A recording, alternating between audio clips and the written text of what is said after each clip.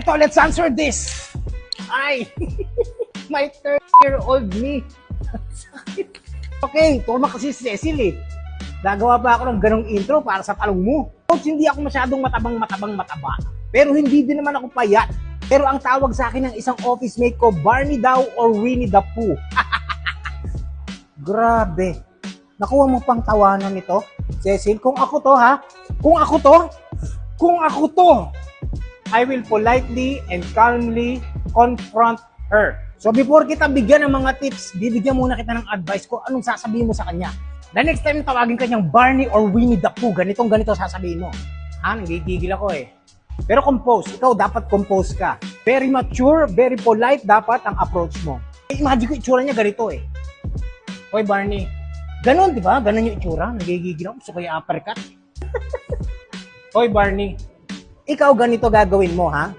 Very composed, very mature, very classy approach. Ganito.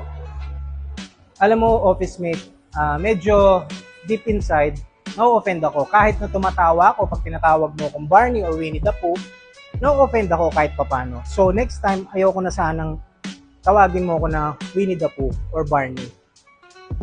Kasi puta pa, ha? Ikaw, ang pangit ng mukha mo, may narinig ka ba sa akin, tinawag ba kita ng kahit anong pangalan? Kaya sa susunod na tawagin mo kung Barney or Winnie the Pooh, ha? Tatawagin kitang Tsakadal. Gusto mo ba yon? Siyempre magugulat yan, bigla mong in-approach ng ganon. Ganito sasabihin yan. Medyo nagulat siya. Ayoko, I'm sorry. Akala ko kasi okay lang sa'yo. Binibiro ka lang naman. Ito i-reply mo sa kanya. Mukha ba ako nagbibiro? Ayaw mong tawagin kitang Tsakadal? Tatawagin mo akong Barney? Gago ka ba? Pandilatan mo ng mata. Ganyan. Very polite, very calm, very mature manner yan.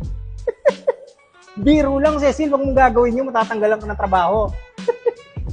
Okay, going back. Ikaw din naman kasi, Cecil. Bakit pinabayaan mo yung katawan mo? Ang tawag sa iyong katawan ay skinny fat. Ano ba yung skinny fat? Let me give you an example. This is one of our overseas clients, si Ma'am Mishu. Ito yung aming starting point. Oh, ayan. Ano ba itsura ni Barney? Ito, payat, malaki ang tiyan. Ano itsura ni Winnie the Pooh? Payat, malaki ang tiyan. Ang tawag dyan is skinny fat. So kagaya ng katawan ni Ma'am Mishu, she is skinny fat. Eto na siya ngayon after 1 month of consistency with her training and nutrition. Boom! Oh, ha? Palabas na yung kanyang abs. 1 month pa lang yan. But because of her consistency, actually hindi siya consistent. Lagi siya nadadapa.